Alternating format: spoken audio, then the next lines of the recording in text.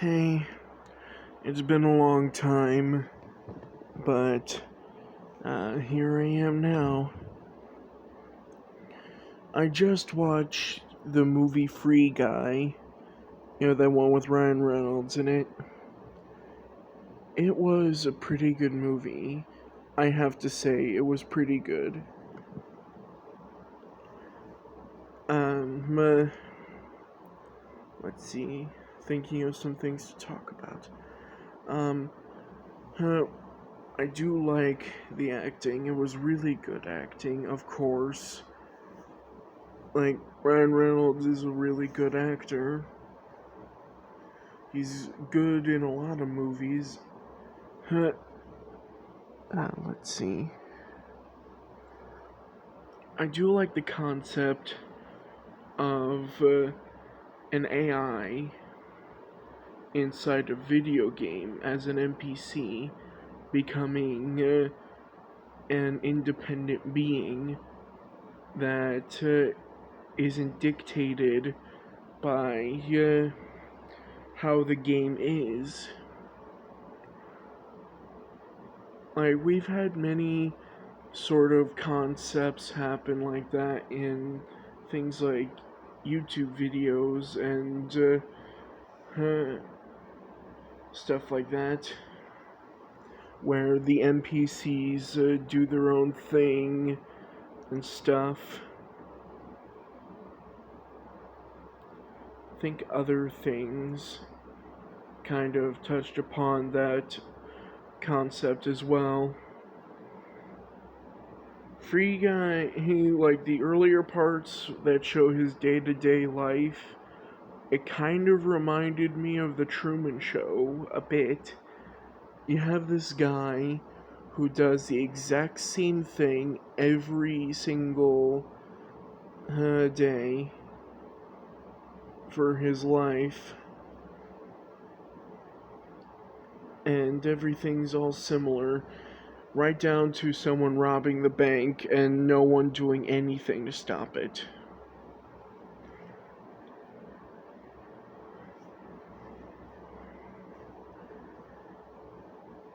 I do like how they kind of revisit that a bit more.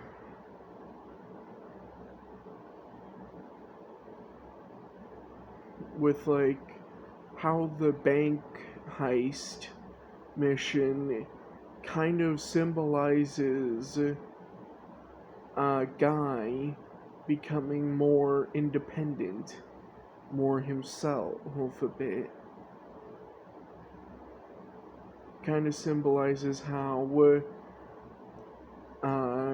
sort of his awakening.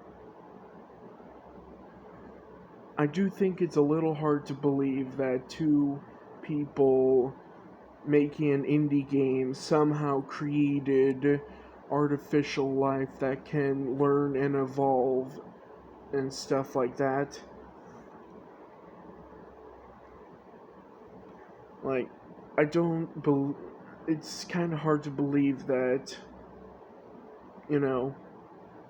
two people making an indie game, like,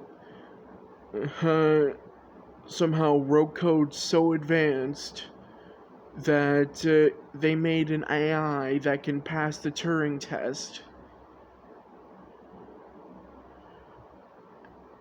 And not just pass the Turing test, but also would, like, be well beyond that. Like, it's crazy. If you don't know, the Turing test is when they take an AI and then they have someone speak to it who doesn't know that it's an AI, and if the person believes that it's a real person, then the AI has passed the Turing test. But anyways, I like what they did with the villain or antagonist of the movie, Antoine. I think he's a little showy though, not very, like, very eccentric looking. I don't think that's how CEOs of video game industries work. I don't think that's how they look. But makes for an interesting villain. I think he highlights what is kind of wrong with many popular video game series and stuff. Like, it's all about franchises, it's all about the next installment, it's all about how much that IP can rake in, how much money that IP can rake in, like, how many people will buy this video game that has the title of the game that they liked just with the number 2 slapped on it. That's kind of what happened with Bethesda, and that has happened with other game industries as well, like EA and Activision Blizzard, where like, they don't care about the games that they make just as long as they make a bunch of money. Bethesda was especially guilty of this when they made Fallout 76, a game with so many bugs that when someone made a YouTube video showcasing all the bugs in the game, it was 4 hours long.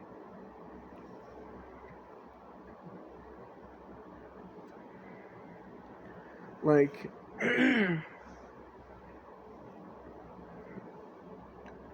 like that kind of stuff. And of course,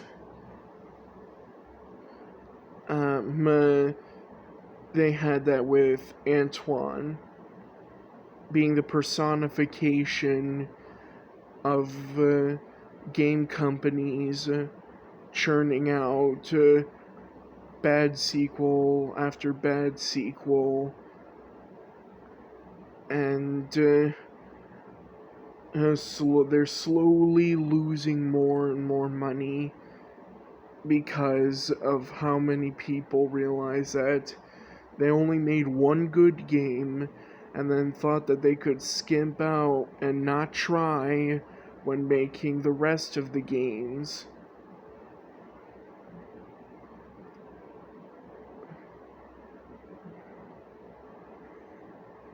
And I do like the ending, where Millie wants to date Guy inside the video game world and be with him, but Guy's like, no, I have my own life, you get back to your real life, and stuff,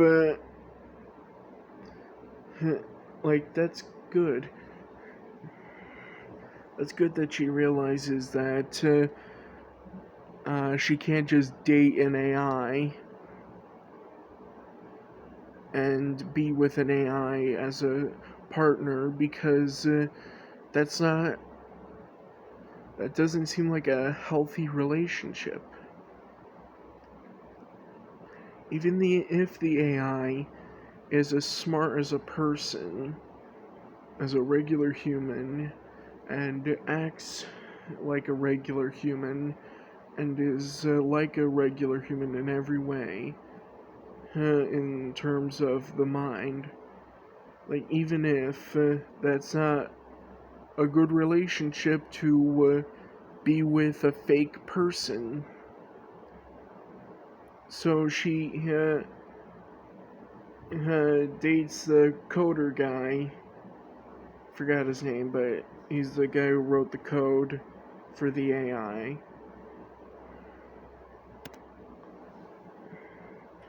I also like the action scenes as well, they're really good. And the montage of Guy slowly getting better and better at his job, I think, was a little too fast. I think they could have added more of him being a hero and stuff. I think they could have added more things, like more scenes where he does things like save a bunch of people from a huge explosion or something like that, or stop a player from abusing an NPC for their own fun or something like that, you know?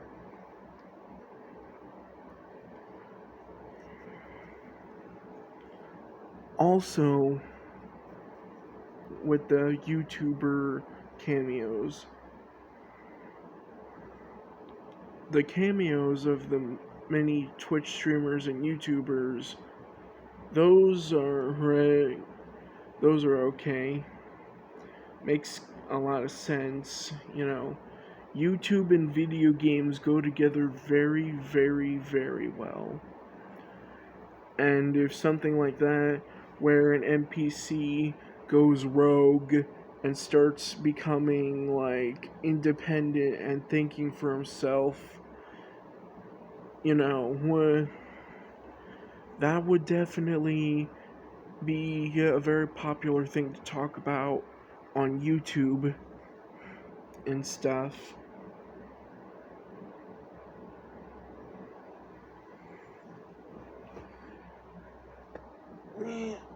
Just stretching.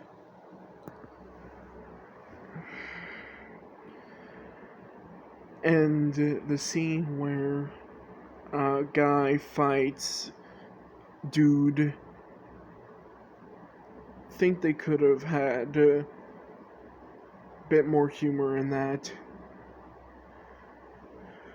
Like, they said that dude is way stronger but has half a brain. I thought they were gonna have more bits where guy confuses dude by doing something, I don't know what, but just confuses him like he did with the glasses, showing him all the pretty colors and stuff. I think they could have had a bit where guy was shown to be much quicker than dude. You know, that whole classic big, slow, strong guy fighting a small, quick, agile guy. You know?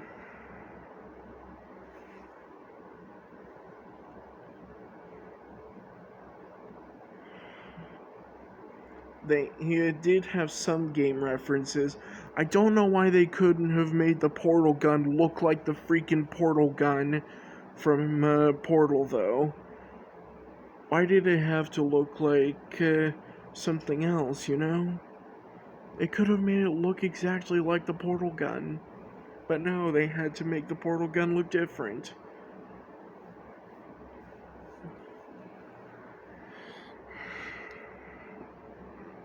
Like, they already put two weapons in there from freaking Valve games. The gravity gun from Half-Life and the portal gun from Portal. Why not make the portal gun look like the portal gun? That's just a small complaint, though. There was the Mega Buster from Mega Man. Didn't know why he didn't use that more often. That looked like a pretty effective weapon. He momentarily gets a Hulk hand to punch dude with. And I like how when dude was about to do the killing blow, he had a red fist. Which I don't know if it's a nod to Red Hulk or anything. Of course, Captain America's shield, along with the Avengers theme playing. And of course, also the lightsaber with the Star Wars theme playing. I don't know why everyone was so surprised that he pulled out a lightsaber. If the Free City video game is established to have weapons from movies and television and stuff like that, don't you think they wouldn't have been surprised when he pulled out a lightsaber? Or is a lightsaber actually banned in the game because of how OP it is? But the lightsaber wasn't that OP though, because it didn't even do what a lightsaber does, which is slice things up.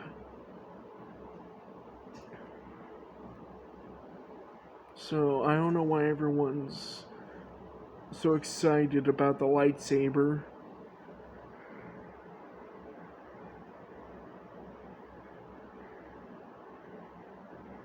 Now, with the indie game, I think it's called Life or something, with just watching video game characters and things live their lives, I think that it would be, like, Antoine did have a point, it would have been too boring. Yeah, there would have been people who would have liked that concept of watching video game characters do their thing instead of playing as them. But still, I think that it's more of a niche group, and I think that it would have probably been better if it was more like a simulation game where you're supposed to live in this paradise world and stuff.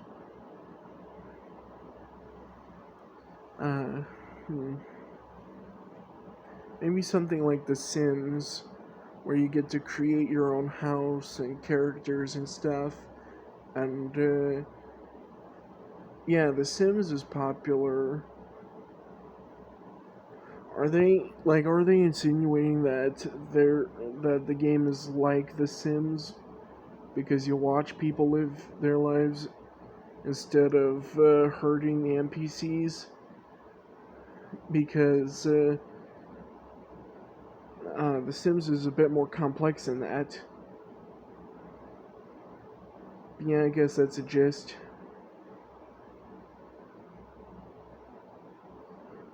I also think that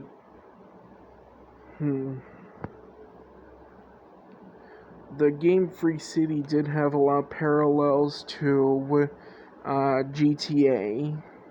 Maybe they could have leaned harder into that by maybe having someone ride a couple vehicles that GTA is known for. But I guess it wouldn't have appealed as much to a wider audience if they did that.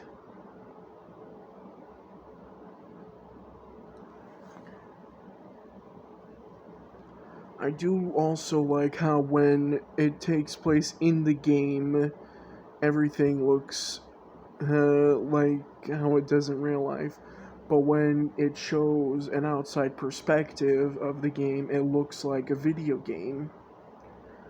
I think it could have been I think it would have been better if it did look more like a video game, as in, like, I don't know, like, every scene where it's inside the game, it has video game graphics or something.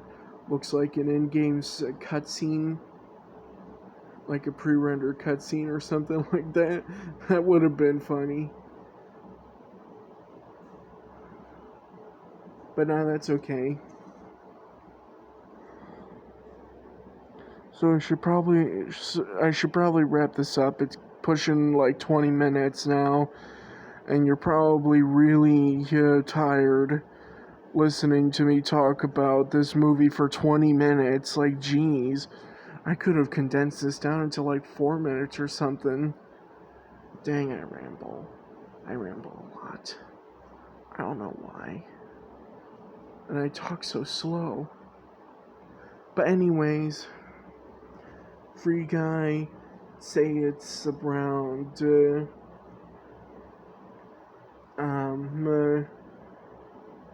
8 out of 10.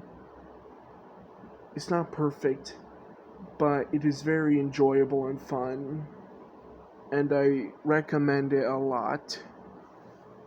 So anyways, bye.